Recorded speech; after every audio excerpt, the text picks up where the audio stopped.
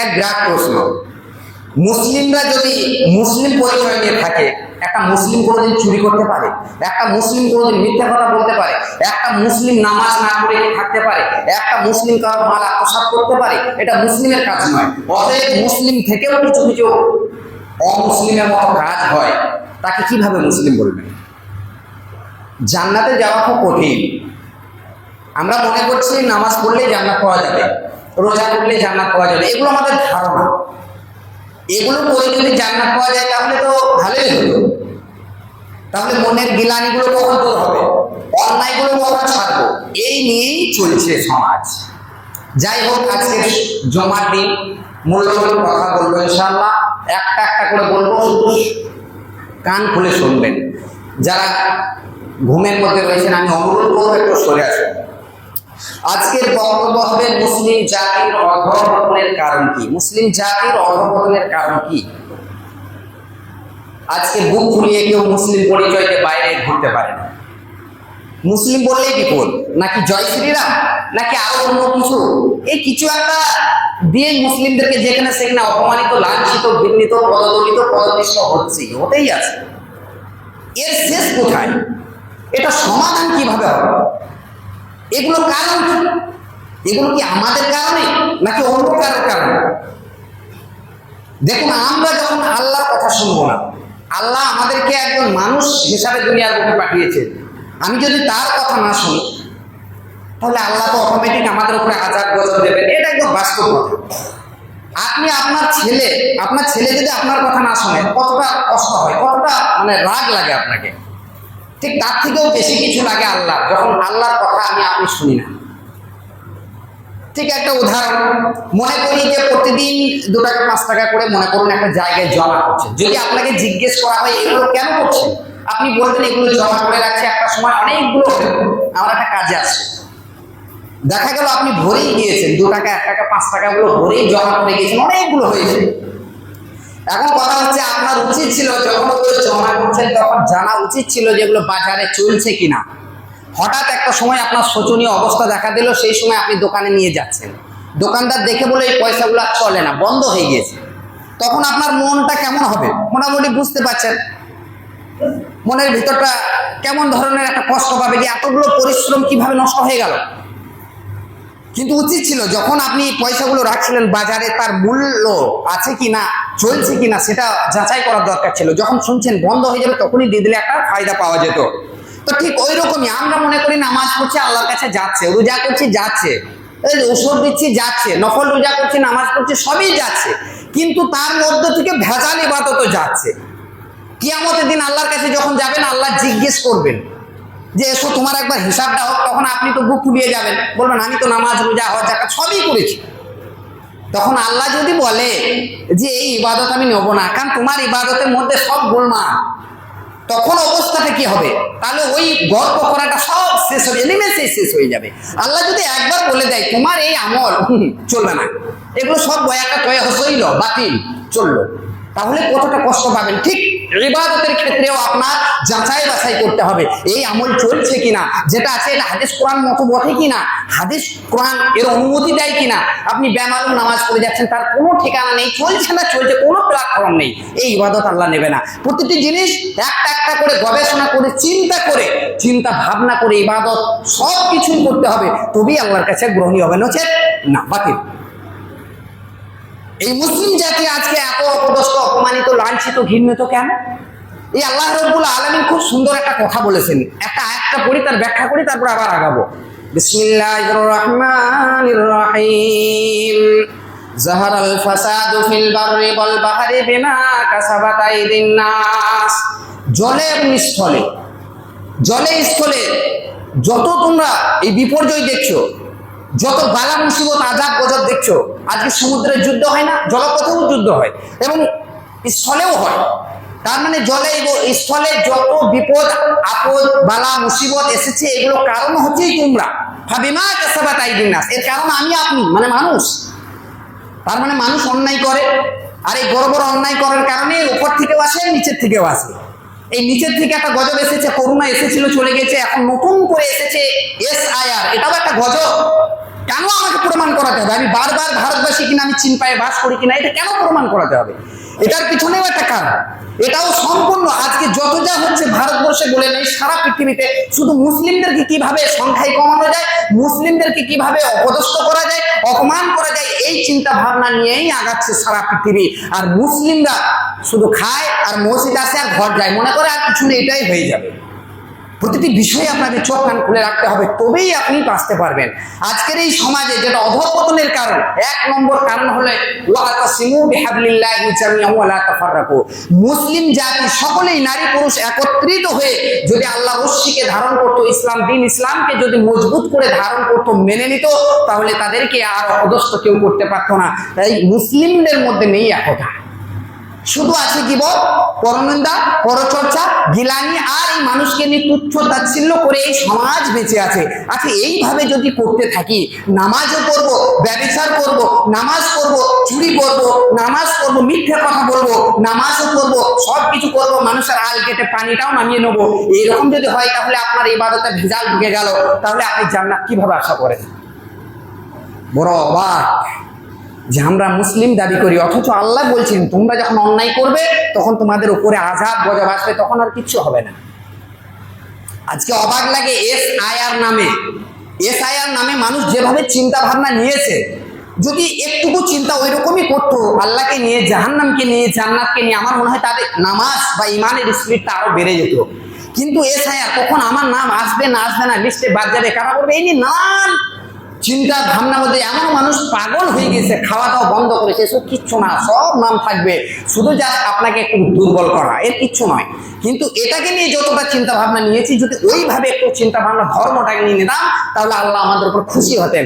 কিন্তু আল্লাহর উপরে ভরসা নেই বলে 2002 লিস্টের নাম নেই মানে সব শেষ হয়ে গেল। যা, আরে আল্লাহ যদি আপনাকে রক্ষা করে 2002 কি, ওর পিছনে গেলেও ইতিহাস যদি না থাকে, আপনাকে আল্লাহ বাঁচাবে। আর যদি আল্লাহর উপরে ভরসা না থাকে, অটোমেটিক ডাকা আউট হয়ে যাবে, তখন আপনাকে আউট করে দেবে। এটা হলো ভরসা।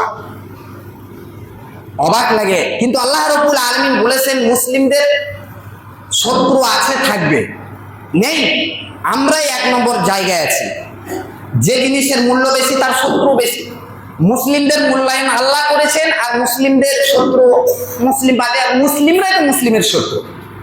মুসলিমদেরকে সবাই স্বার্থে ব্যবহার করে, স্বার্থে, তেজপাতার মতো ব্যবহার করে। মনে রাখবেন কথাটা, তেজপাতা যখন পজিশনের সময় দেয়, খাওয়ার সময় তুলে ফেলে দেয়। কেউ তেজপাতা খায় নাকি? আপনাদের গ্রামে খায় না মনে হয়, না খায় আমার জানা নেই, তবে তেজপাতা আমি খাই না, খাওয়ার সময় তুলে ফেলে দিয়ে, তো সবাই করে।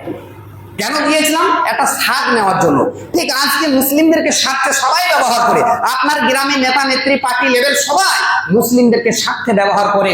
ভোটের সময় এসে আপনাকে এত সুন্দর করে গুছিয়ে বলবে, সাজিয়ে, যে আজকে SIR সময় এসে একবার বলেনি যে আপনার কাগজ ঠিক আছে কিনা, এসে যে আসবে না। অসহায় একজন নিরীহ মানুষ, মূর্খ, কিচ্ছু বোঝে না, তাদের সম্পর্কে একবার গিয়েছেন তাদের বাড়িতে, তোমাদের কাগজপাতিগুলো একবার দেখি সব ঠিক আছে কিনা, এটার সময় তাদের মাথা ব্যথা নেই।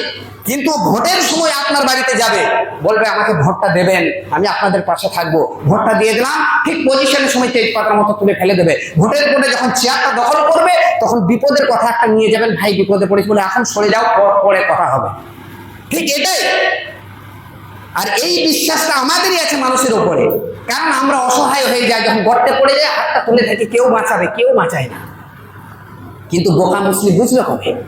এরা শুধু মনে করেছে নামাজ পড়লে জান্নাত পাওয়া যায়, আর এই রোজা রাখলে জান্নাত পাওয়া যায়, আর একটু সেন্টেন মেরে ঠিকঠাক ফেরেশতা মতো সেজে ঘুরে বেড়ালে জান্নাত পাওয়া যাবে। এই কথা আল্লাহ কোথাও বলেনি। আল্লাহ যেগুলো বলেছেন সেগুলো বলি। বিসমিল্লাহির রহমানির রহিম। লাইসাল বিররা আন তুওয়াল্লু উজুহাকুম কিবালাল মাশরিকি ওয়াল মাগরিবি ওয়ালাকিন্নাল বিররা মান আমানা বিল্লাহ।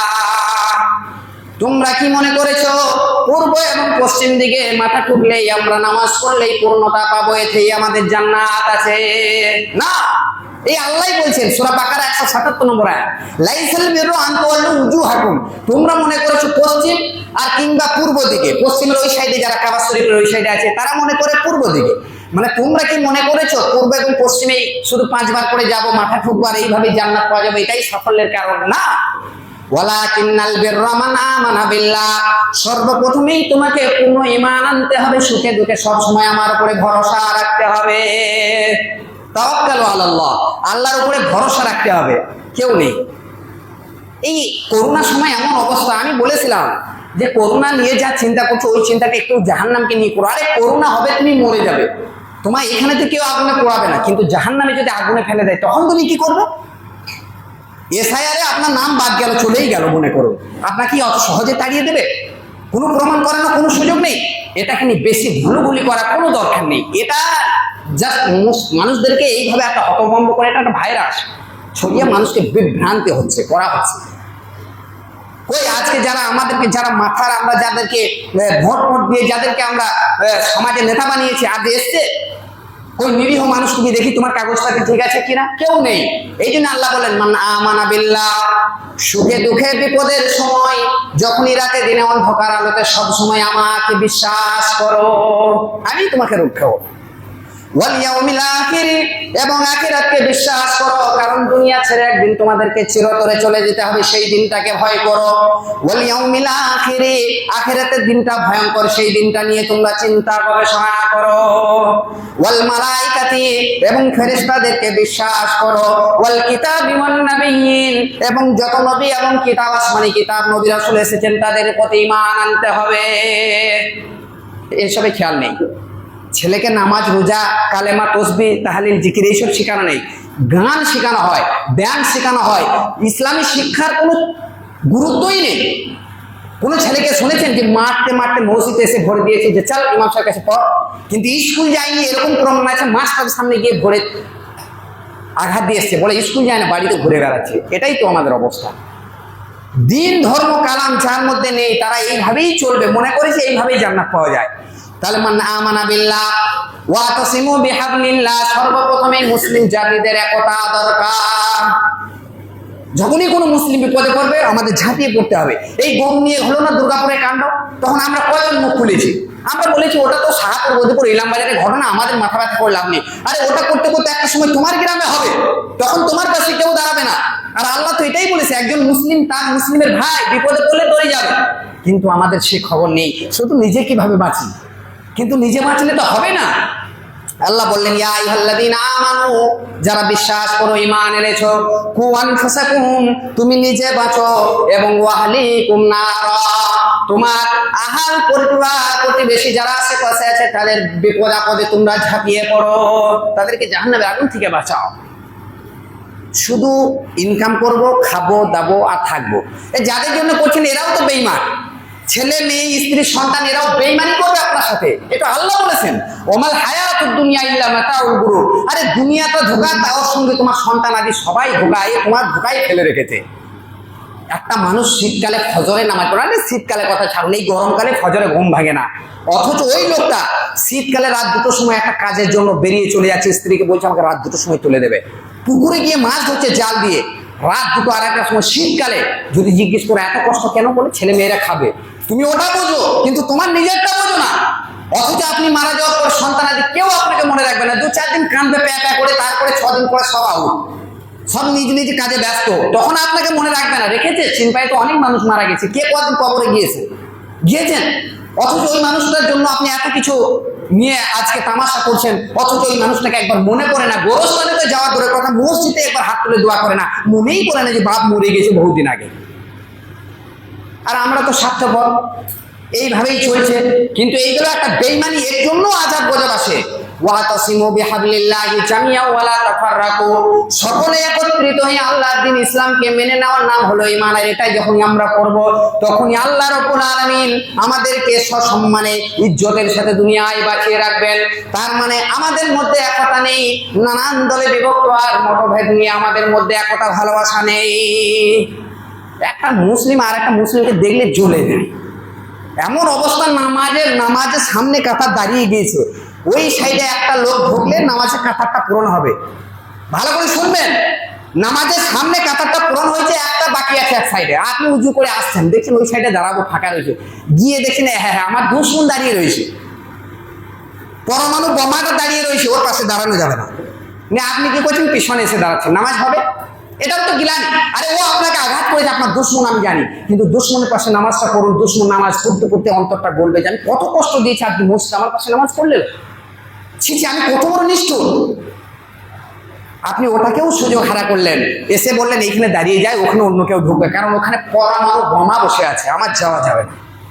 এই তো অবস্থা। দুই, একটা হলো একতা না থাকা, 2 নম্বর কারণ হলো এই পর্দা না থাকা। আমরা নামাজ পড়ি, অনেক কিছু করি, কিন্তু আমাদের স্ত্রী ছেলে মেয়ের ব্যাপারে আমরা একদমই ব্যাখ্যালি, কোনো খবরই নেই। এমনও মানুষ আছে আমরা যারা 5 ওয়াক্ত নামাজ পড়ি, স্ত্রী নামাজই পড়ে না। এমনও পরিবার আছে স্ত্রী নামাজ পড়ে, স্বামী নামাজ পড়ে না। স্ত্রী সাহস করে বলতে পারে না, বললে এখন তালাক ছুড়ে দেবে না কি করে দেবে, এখন বলা যায় না। আর আপনিও যদি স্ত্রী নামাজ না পড়ে একটু গোলমাল করে, আর আপনি নামাজি মানুষ, তখন আপনাকে ওই একটাই হুমকি, সংসার ছেড়ে চলে যাব। তখন আপনি বলছেন থাক থাক থাক, আর যেতে হবে না, তো নামাজ পড়ি না, আমিও তখন নামাজ ছেড়ে দেবো, তা বলো, কিন্তু তোকে ছেড়ে দেওয়া যাবে না। এটাই অবস্থা। আর এই জন্য আল্লাহর পক্ষ থেকে গজব আছে, আমি বাস্তব বলছি। অথচ আপনি মরে যাবেন, যতই যাই করুন না কেন মরে যাবেন। এই একটা কথা বলি, আমাদের যখন সুগার বড় ধরনের কোনো রোগ হয়, তখন ডাক্তারের কাছে যায়। ডাক্তারের কাছে যাওয়ার পরে ডাক্তার যখন আপনাকে চেক আপ করার পরে বলে আপনার 650 থেকে 700 সুগার, তখন আমরা কি বলি, ডাক্তার বাবু আমাকে বাঁচান, আমি কি করব, আমি কি খাবো আপনি বলে দেন। তখন ডাক্তার বলে ভাত চলবে না, বলে হারাম করে দিলাম। কত বাঁচার সব, বলে ভাত হারাম করে দিলাম, বলে মিষ্টি চলবে না, বলে সেটাকেও হারাম করে দিলাম। আপনাকে যে ফর্মুলা দিল খাওয়ার জন্য, সেগুলোকে মেনে নিলেন একটার পরে একটা। কেন? বাঁচার জন্য। বলে ডাক্তার বাবু আমাকে বাঁচান। ডাক্তার কি বাঁচায় কাউকে? আল্লাহ যদি হায়াত রাখে তো থাকবে ওইভাবেই, আর যদি না লিখে তাহলে ডাক্তার কি, ও আপনাকে ইথে ভরে দিলেও হবে না, কোনো ল্যাবরেটরিতে ভরে রেখে দিলেও হবে না, মৃত্যু হবে। তাহলে তখন আপনি ভাবছেন ডাক্তার বাঁচান, অথচ তার থেকেও ভয়ঙ্কর হচ্ছে কবর, কবরের থেকেও ভয়ঙ্কর হচ্ছে আখিরাত, আখিরাতের থেকেও ভয়ঙ্কর হচ্ছে জাহান্নাম। সেই নিয়ে একবারও আল্লাহ বললেন আল্লাহ তুমি আমাকে বাঁচাও, রোগ হয়েছে যা হয়েছে ওসব পরের কথা, তুমি আমাকে বাঁচাও, জাহান্নাম থেকে বাঁচতে হবে, কবর থেকে বাঁচতে হবে, আখিরাত থেকে বাঁচতে হবে, এটা নিয়ে কোনো চিন্তা নেই। অথচ ডাক্তারের পা ধরে বলছে আমাকে একটু বাঁচান, বাঁচতে হবে। কেন? বলে ছেলে মেয়ে স্ত্রী সন্তান রয়েছে, ওদেরকে ছেড়ে চলে যেতে ইচ্ছা করে না। আরে ডাক্তার ওষুধ দিলে 5 দিন পর ভালো হয়ে গেলেন, ঠিক আছে, আপনার 5 বছর পরেও তো মৃত্যু হবে। তাহলে কবর নিয়ে নাই চিন্তা, আখিরাত নিয়ে চিন্তা নেই, আর নেই কিয়ামত নিয়ে চিন্তা, কোনো জাহান্নাম নিয়েও চিন্তা নেই। আপনি সেই দিনটা নিয়ে ভাবলেন না একবারও, আর শুধু দুনিয়া দুনিয়া করে মেতেই রইলেন, কি অবস্থা হবে। 3 নম্বর হলো, 2 নম্বর পর্দা না থাকা। পর্দার ব্যাপারে কোনো আমরা সচেতন নই। আর এই বর্তমানে এখন এই মোবাইল মিডিয়া বর্তমানে যে সমস্যা করেছে আমাদের, এর যেমন ভালো দিকটা আছে, খারাপ দিকটাও বেশি। আপনার অজান্তেই আপনার মেয়ে অর্ধ উলঙ্গ পোশাক করে ড্যান্স করে ভিডিও করে ছেড়ে দিল ফেসবুকে, আপনার অজান্তে, আপনি জানেন না। এমন ভাবে আইডি খুলে দিচ্ছে যেন এই চিনপাই গ্রামে আমার কেউ ফ্রেন্ড লিস্টে না থাকে, তাহলে তো ধরা খেয়ে যাবো। আপনার অজান্তেই আপনাকে জাহান্নামের রাস্তা বানিয়ে দিয়েছে আপনার ছেলে মেয়ে। শুধু মেয়েটা নয়, ছেলেটাও। ছেলে সম্পর্কে আমরা কোনো দায়িত্বই পালন করি না, ইনকাম করে মাসে 10,000 টাকা দিচ্ছে, এটাই বিরাট কিছু। তখন ছেলে যদি কোথাও অন্যায় করে বলে ঠিক আছে বাপ একটু গোপনে করিস, ধরা পড়লে অসুবিধা আছে। ভাবতে পেরেছিল এটা বাপ না বাপের কলঙ্ক, সমস্ত জিনিস হিসাব হবে। আল্লাহ রাসূল সাল্লাল্লাহু আলাইহি সাল্লাম তিনি বললেন কুল্লুকুম রাইন ওয়া কুল্লুকুম মাসউলুন আন রাইয়াতিহি। প্রতিটি মানুষকে দায়িত্বশীল সম্পর্কে কিয়ামতের দিনে তাকে জিজ্ঞাসা করা হবে তুমি কতটা দায়িত্ব পালন করেছো। তোমার স্ত্রী নামাজ পড়েনি, তোমার স্ত্রী ঝগড়েটে ছিল, তোমার ছেলেরা নামাজ পড়েনি বেঈমানি করতো, তোমার মেয়ে পর্দা করেনি, স্কুল যাওয়ার নাম করে কত ব্যভিচার করতো, তুমি এসব ব্যাপারে খেয়াল করনি, অথচ তুমি দিন রাত মসজিদে নামাজ পড়ে তুমি কপালটা কালো করে নিয়েছো। আহা, কপাল ওই কালোটা জাহান্নামের দিকে যাচ্ছে, হয়তো ভাবতে পারছি না, শুধু মরলে বুঝবেন। এরকম মস্তানি বহুজন করেছিল, ফেরাউনের মতো বড় মস্তান আপনি না, তারপরেও সে চলে গেছে দুনিয়া ছেড়ে। যত করেই যে যাই করুন, এইগুলো যখন হবে না সমাজে, তখনই মানুষ অপমানিত, লাঞ্ছিত, ঘৃণিত, পদদলিত, পদপিষ্ট হবে, কোনো কাজ হবে না, কোনো কাজ হবে না। এইভাবেই একদিন হাত্তা যুরতুমুল মাকাবির, হঠাৎ করে মৃত্যু এসে কবরের কাছে হাজির হয়ে যাবেন। সেদিন মনে হবে যদি একটুকু সুযোগ পেতাম তাহলে মসজিদ থেকে আর বেরোতাম, একটু ভালো কাজ করতাম, কিন্তু আর তো সুযোগ নেই। আর আমাদেরকে মেরে দেওয়ার জন্য, ছলে বলে কোলে কৌশলের জন্য সবাই লেগে পড়ে লেগেছে। আল্লাহ এই কথাটা কোরআনেও বলেছেন, ওয়াইদ ইয়ামকুরু বিকাল্লাযিনা কাফারু লিইউসবিতুকা ওয়া ইয়াকতুলুকা ওয়া ইয়াখরুজুকা। স্মরণ করো সেই সময়ের কথা, ভুলে যেও না।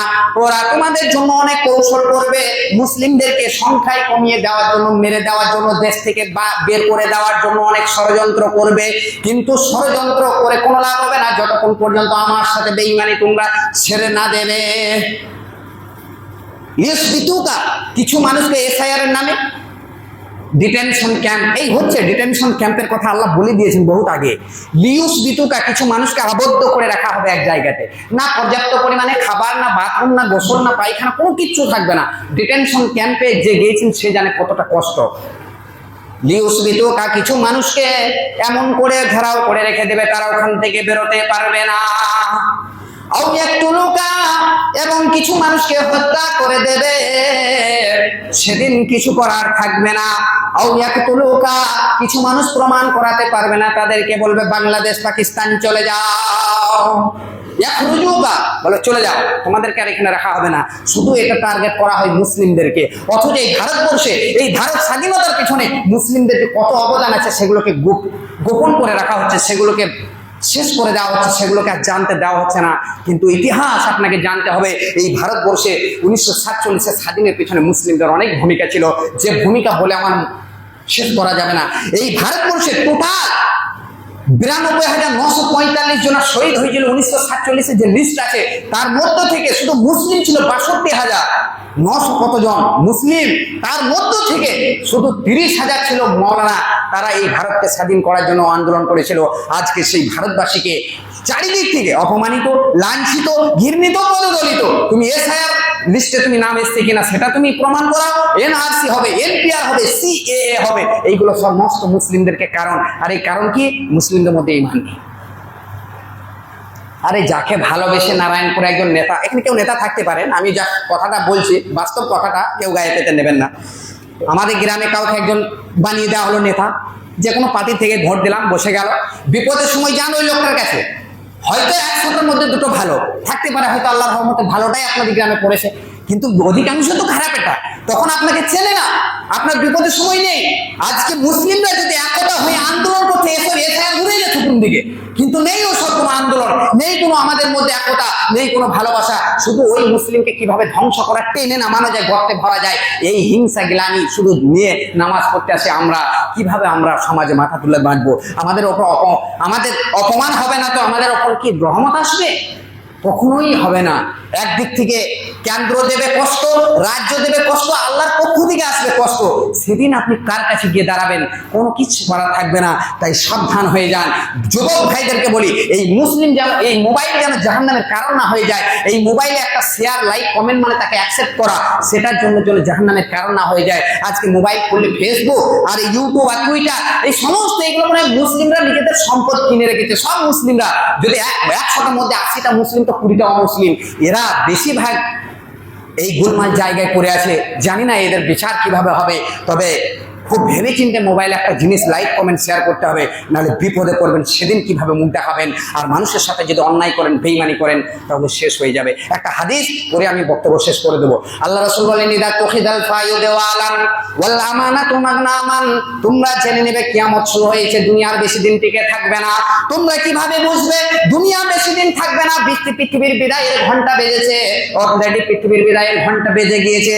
ইদা তুখিদাল ফায়ু দেওয়ালান, যখন জনগণের সম্পদ একজনকে দায়িত্ব দেওয়া হবে, জনগণ সরকারের মাল একজনকে দায়িত্ব দেওয়া হবে, বলবে নারায়ণপুর গ্রামে তুমি সমস্ত মানুষকে তাদের যে হক সেটা বিলি বন্টন করে দাও, কিন্তু মানুষ আপনার 5 কিলো জায়গায় সেটা 2 কিলো দেবে, 3 কিলো আত্মসাৎ করবে, তখন জানবে পৃথিবীর বিদায়ের ঘন্টা বেজেছে। সরকারের মাল মানুষ আত্মসাৎ করবে, ব্যক্তিগত সম্পদ বলে পকেটে ভরে নেবে, দেবে না। এটা যখন সমাজে ঘটবে, তোমার বাড়ি এসেছে 1,60,000 টাকা, সেখানে দেখা যাচ্ছে 1 লক্ষ টাকা পাবে, 60,000 টাকা পাবে না, পরিষ্কার বলে দিচ্ছে। নেবে তো নাও, হলো না, তখন আমরা কি বলি? অসহায় মানুষ 1 লাখ টাকা তাই দে। কিন্তু এটাও হক মারা, এটা হক নষ্ট করা। এর জন্য আপনি তৈরি থাকুন, যে কলম চালিয়েছে, অন্যায় করেছে, তৈরি থাকুন আপনি। ওয়াজ্জাকাতু মাগরামান, ইদা তুখিদাল ফায়ু দেওয়ালান ওয়াল আমানাতু মাগনামান, এবং যখন আমানত দেওয়া হবে তখন আমানতের মানুষ খিয়ানত করবে। মসজিদের টাকা সেক্রেটারি বানানো হয়েছে, টাকাগুলো নিয়ে ব্যবসায় লাগিয়ে দিয়েছে। টাকাগুলো যখন চাইছে বলছে 2 দিন পর সময় দেয়, মানে ও টাকা গোলমাল করেছে ও। এটাই হলো আমানতের খিয়ানত। বিপদের সময় এসেছে, চাচা টাকা ধার দাও, দিয়ে দিল, যখন টাকাটা টাইম মতো চাইছে তখন ভিখারির মতো যেতে হচ্ছে বারবার। কেন টাকাটা তুমি দেবে না আমার টাইম মতো? এই যখন আমানতের মানুষ খেয়ানত করে, কথা দিয়ে আমানত রাখে না, তখন জানবে পৃথিবীর বিদায়ের ঘন্টা বেজেছে, এই পৃথিবী আর বেশি দিন টিকে থাকতে পারে না। ওয়াজ্জাকাতু মাগরামান, এবং মানুষকে যখন জাকাতের কথা বলা হবে তখন কান খুলে শুনবে না, জাকাত মানুষ দিতে চাইবে না।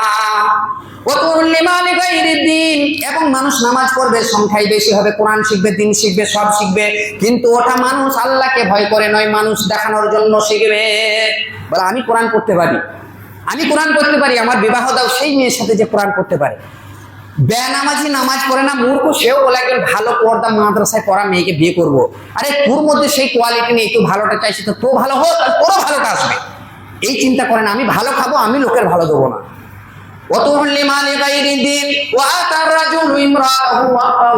এবং মা বাবার অবাধ্য চলবে।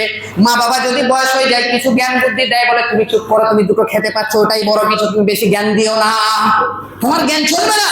অথচ ওই লোকটা একটা সময় আপনাদের তিলে তিলে বড় করেছে, আজকে এই লোকটা বয়স হয়েছে তাই একদম ফালতু জিনিস, কোনো কথা বললে বলে তুমি চুপ করো, তুমি বেশি কথা বলো না, তোমার কথা চলবে না। ওই লোকটাকে ধমক দিয়ে দেয়, অসহায় মানুষটাকে খেতে পেয়েছে তাই তাই, অথচ সব কিছু করে দিয়েছে ওই বাপ। এবং মা বাবার অবাধ্য চলবে, কিন্তু নতুন বন্ধু বান্ধব তৈরি করবে, তাদেরকে এনে ঘরে অনেক রং তামাশা হবে, মা বাপকে বুঝতে দেবে না। এমন বন্ধু চলে আসবে, মা বাপও জানে না, বলে পর্দা দিতে, ওদেরকে বুঝতে দিই না, ওরা যে মা বাপ ওই রকম দেখলে বন্ধুগুলোই থাকবে না আমার। এমন মানুষ একটা টাকাসে চলে যায়, তখন এই মা বাপকে লজ্জা করে দেখাতে, বলে ওই ধারে একটা পর্দা টেঙে দেয়, ওরা যেন বুঝতে না পারে এই ধারে রং তামাশা চলছে। এবং পিতার অবাধ্য চলবে। এবং মসজিদে মানুষ দুনিয়ার গল্প করবে, নামাজ পড়তে আসবে, দেখবে এখনো 5 মিনিট সময় রয়েছে জামাত হতে, চাচা ধান করতেছ, ব্যবসার খবর কি, এই নানান তাই চলবে। আল্লাহ রাসূল বলেন যখন মসজিদে দেখবে দুনিয়ার গল্প চলবে, নামাজ পড়তে এসে, তখন জানবে পৃথিবী বেশি দিন বেঁচে থাকতে পারে না, পৃথিবীর বিদায়ের ঘন্টা বেজেছে। তার মানে মুসলিমদের একতা না থাকার কারণে, মুসলিমরা হকটা জানার পরে, মানুষের আত্মসাৎ করার কারণে, মানুষ সত্য সমস্ত কিছু জানার পরে যখন এটাকে অভিনয় করবে, জানবে না, তখন আল্লাহ বলেছেন তোমাদের উপরে স্টেট রোলার চালিয়ে দেবো, উপর থেকে চালাবো, ওইদিকে কেন্দ্র থেকে দেবে, এইদিকে রাজ্য থেকে দেবে, ওইদিকে পার্টির নেতা সবাই দেবে, তখন তোমরা বাঁচবে কিভাবে? তোমরা আমাকেই তো হারিয়ে ফেলেছো, আজকে তোমরা আর আমাকে ডাকলেও পাবে না। আমি যে সময় তোমাদের ডেকেছি, আমার ডাকে সাড়া দাওনি। তাই শেষ কথা একটা বলি, এই মোবাইলের পেছনে সময়টা না কাটিয়ে যুবক ভাইদেরকে বলি, বাড়িতে বলবেন বক্তব্য যে তোমাদেরকে ভালো হতে হবে, সচেতন হতে হবে, কোনো বেইমানি চলবে না। আপনি গার্জেন যদি বাড়ির সম্পর্কে দায়িত্ব পালন যদি না করেন, তাহলে জাহান্নামে 1 নম্বর লিস্টে আপনার নামটা থাকবে। আপনি সবাইকে টেনে নিয়ে যাবেন, সেদিন বলবেন কপালটা কালো ছিল, বলবো ওই